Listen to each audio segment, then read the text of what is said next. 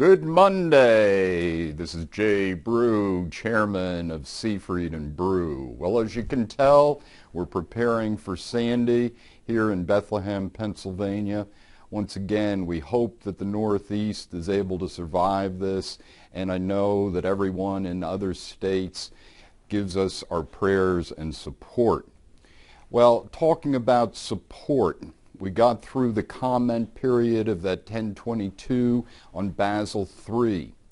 But what I'm urging everyone is don't stop here and wait for the regulators to come back.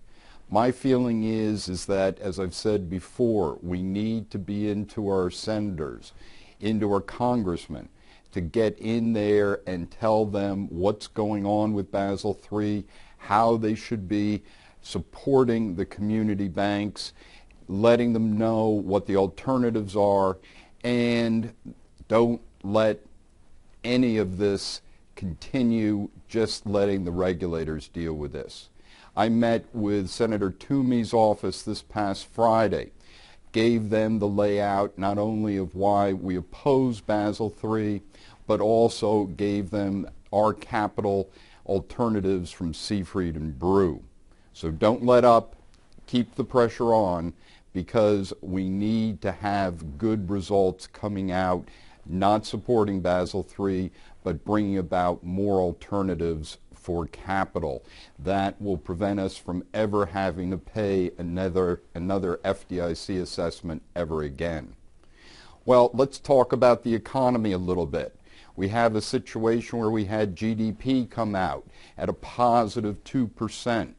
And when we look at our map looking across the country, is that this is the Fed Phillies state coincident indexes over the past 3 months.